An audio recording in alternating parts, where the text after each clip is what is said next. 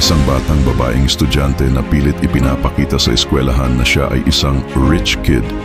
Lagi siyang kumpiyansa na kaya niyang bilhin ang lahat ng kanyang gusto. Pero ang totoo, ang kanyang ama ay isang construction worker lamang at ang kanyang ina ay labandera.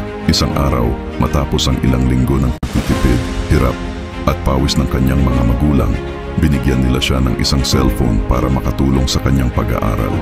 Ngunit nang makita ng bata na hindi ito mamahaling brand, lalo na hindi ito ang pinapangarap niyang iPhone 16, agad niya itong binato sa sahig at sinira pa sa harapan mismo ng kanyang mga magulang.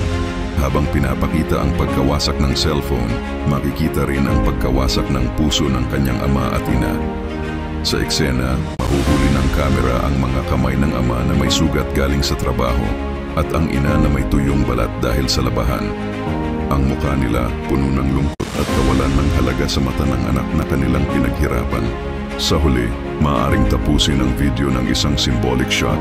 Ang magulang na tahimik na naglalakad pauwi galing trabaho, pawis at pagod, habang ang batang babae ay naiwan, nakatingin sa kanyang mga kaklase na masaya kahit wala silang magarang gamit. Dito siya magsisimulang mapaisip kung ano ba talaga ang halaga ng sakripisyo. Paaralan and hallway, nakikita ang batang babae, estudyante, na naglalakad, nakaayos ng todo, at laging mayabang sa mga kaklase. Siya si pangalan ng bata. Akala ng lahat, isa siyang rich kid. Pero ang totoo, ang kanyang mga magulang ay hirap na hirap sa pagtatrabaho. The parents struggle, construction site at labahan, nagpapasan ng semento, pawis at halatang pagod, naglalaban ng maruming damit, bit-bit ang balde. Sila sa tindahan, bumibili ng cellphone gamit ang naipong pera.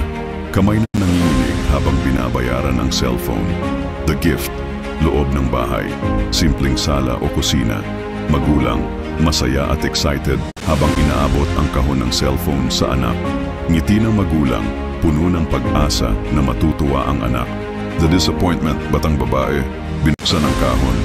Biglang sumimangot, nakasimangot habang hawak ang cellphone. Dialogue, galit na tono. Ito lang, ayoko nito. Gusto ko iPhone 16. Binabato niya ang cellphone sa sahig. Cellphone na nababasag. Tinatapak-tapakan ng bata hanggang madurog. The parents' reaction, silent scene. Walang dialogue, mga mata ng tatay na puno ng luha habang pinipigil umiyak. Nanay, nakayuko, nangingilid ang luha habang pinupulot ang sirang cellphone. Mabigat at malungkot na music. Tatay, pauwi galing construction, pawisan, halos nanginginig sa pagod. Nanay, naglalaba pa rin, mga kamay sugatan at kulubot. Anak, nasa school, nakikita ang mga kaklase niya na masaya kahit simpleng cellphone lang ang gamit. Mukha ng bata, nagsisimulang mapaisip, ramdam ang hiya at bigat ng konsensya. May mga bagay na hindi mababayaran ng pera o ng mamahaling gamit. Ang sakripisyo ng magulang ay walang katumbas. Batang babae naglalakad sa hallway ng school, kumpiyansa, parang rich kid. Akala niya, kaya niyang bilhin ang lahat ng gusto niya. Quick cut sa mga kaklase niyang may simpleng cellphone lang, pero masaya. Tatay nagbubuhat ng semento, pawis na pawis. Nanay naglalaba, bit-bit ang mabibigat na balde. Hawak nila ang pera, nanginginig, bumibili ng cellphone. Ginawa ng magulang ang lahat. Sa bahay, inaabot ng nanay at tatay ang kahon ng cellphone sa anak. Masayang mukha ng mga magulang, para lang mapasaya siya. Bata biglang sumimangot. Ito lang, ayoko nito. Gusto ko iPhone 16. Binabato niya ang cellphone sa sahig. Crash! Tinatapak-tapakan hanggang madurog. Ang regalo, winasak sa harap nila.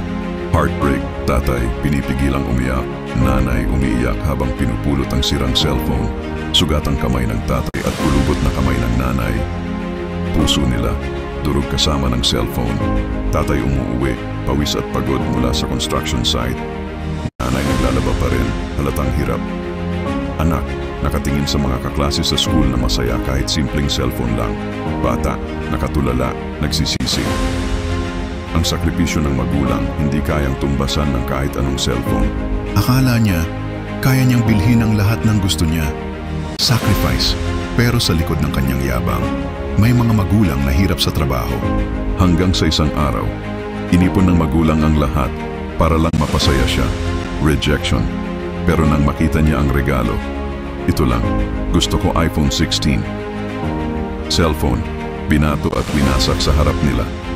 Kasabay ng basag na cellphone, puso ng magulang ang tuluyang nadurog. Pawis, pagod, sakripisyo, lahat ginawa nila. Pero ang pagmamahal ng magulang, hindi kayang tumbasan ng kahit anong cellphone.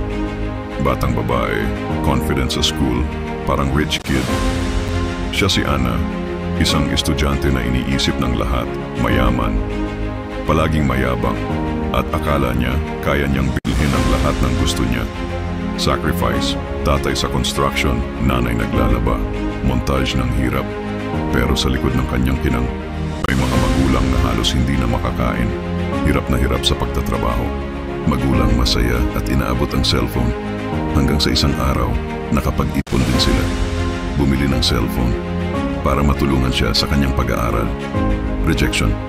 Bata, nabuksan ang kahon, biglang sumimangot. Binato ang cellphone. Ito lang, ayoko nito. Gusto ko iPhone 16.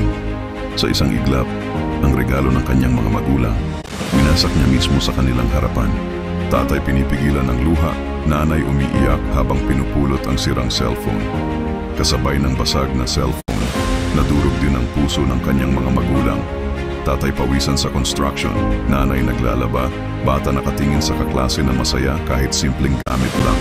Pawis, pagod, sakripisyo, lahat ibinigay nila. Pero tandaan mo, ang pagmamahal ng magulang, hindi kayang tumbasan ng kahit anong cellphone. Lagyan ng slow motion ang pagbato at pagkabasag ng cellphone. Ang sakripisyo ng magulang ay hindi kayang suklian ng kahit anong material na bagay. Bata naglalakad sa hallway ng school, confident, close-up ng kanyang ngiti at pagyayabang. Mga kaklase gamit simpleng cellphone pero masaya. Sacrifice. Tatay nagbubuhat ng mabigat na semento, pawis tumutulo. Nanay naglalaba, halos nangingitim ang kamay. Pera na binibilang ng magulang bago bumili ng cellphone. Kamay na nanginginig habang iniabot ang bayad sa tindahan. Harsh sunlight para ipakita ang hirap. Magulang masayang inaabot ang cellphone box.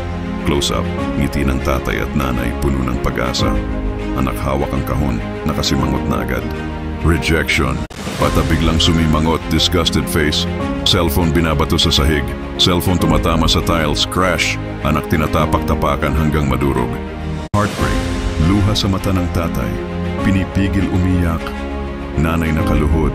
Pinupulot ang sirang cellphone. Sugatang kamay ng tatay. Kalust, pawis, sugat.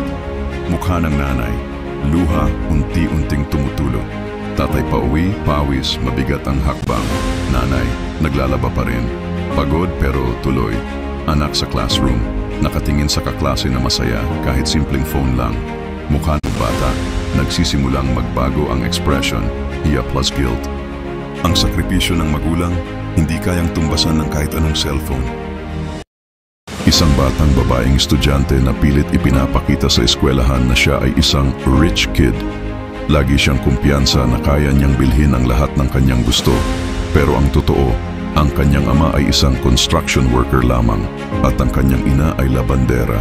Isang araw, matapos ang ilang linggo ng pagtitipid, hirap, at pawis ng kanyang mga magulang, binigyan nila siya ng isang cellphone para makatulong sa kanyang pag-aaral.